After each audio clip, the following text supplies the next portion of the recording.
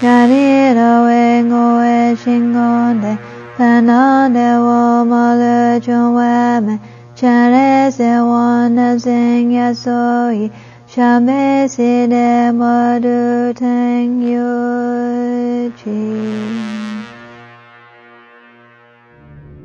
For millions of his followers, he is the Holy Lord, gentle glory, defender of faith, ocean of wisdom. His message of compassion, selflessness and peace has made him a statesman for the troubled times. He calls himself a Buddhist monk, but his deeds make him the face of peace.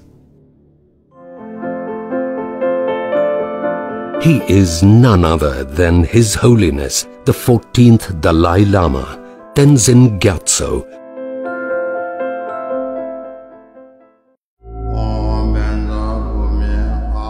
Dalai Lama are those beings who, after having attained enlightenment and liberation from rebirth, opt for reincarnation voluntarily out of compassion for others in order to serve humanity. They are called the Buddha of Compassion or Avalokiteshvara Bodhisattva. I come from very remote area, northeast Tibet, northeast part of Tibet. My mother, both parents, illiterate. 6 July 1935, a boy was born to a peasant family in the small village of Takster, Tibet. This child was soon recognized as the reincarnation of the previous 13th Dalai Lama at the tender age of 2, in accordance with the Tibetan tradition. My mother, very, very kind-hearted, really, very good mother. So therefore, we, her children, is grown up within that atmosphere. So that, I think, really makes difference. I think immense impact. After being recognized as the 14th Dalai Lama, the young boy was taken to Lhasa, where in 1940, at the age of 5, he was officially installed as the spiritual leader of the people of Tibet, and his formal education started.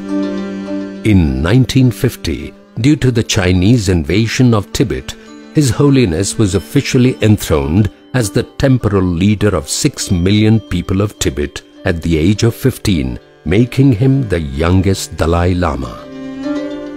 The next 9 years, he worked hard to keep peace between the Tibetan people and Chinese army.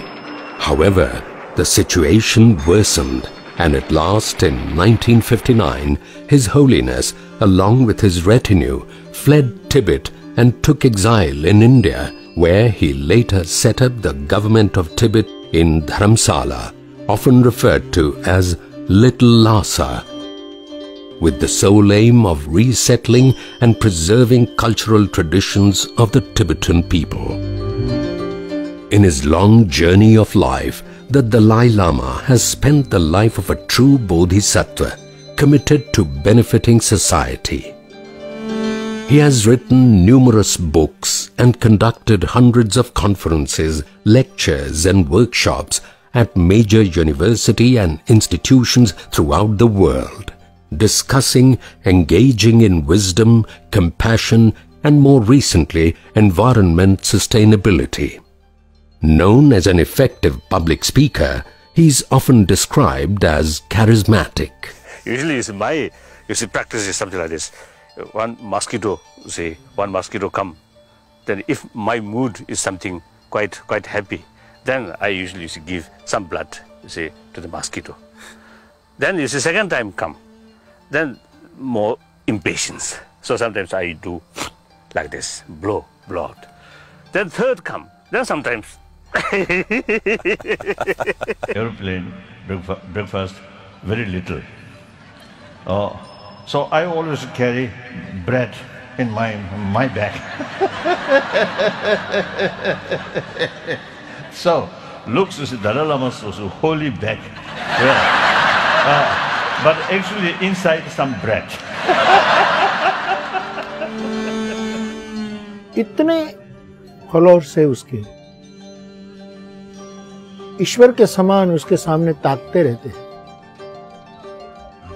और सही धर्म पुरुष वो है जिसको ताकने से हमें ताकत प्राप्ति हो।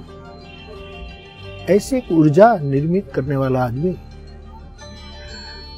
आपका थोड़ा भी परिचय हो जाए तो आपका हाथ ऐसे पकड़ेगा कि मानो सालों से आपके साथ उसका घनिष्ठ संबंध है, परिचय है। इतना स्नेह और आदर देते हैं। His message is always one of peace and compassion for people all over the world. He has met many world leaders and has visited more than 70 countries.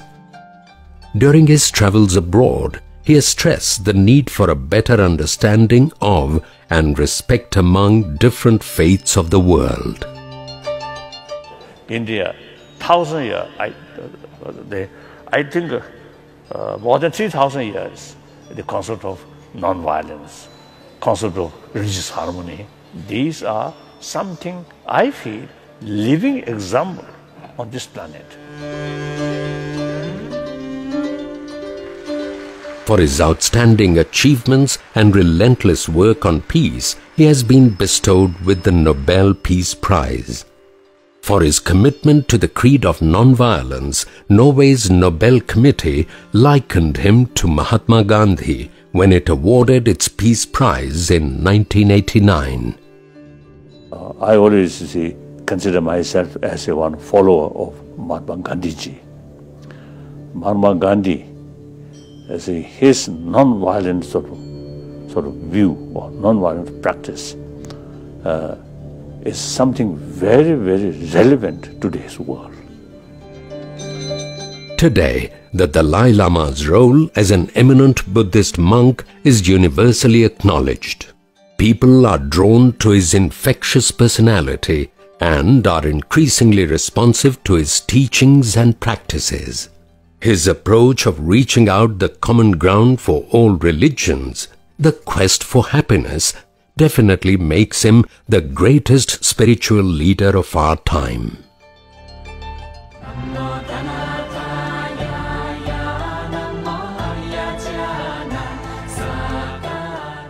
For as long as space endures, and for as long as living beings remain, until then may I too abide to dispel the misery of the world.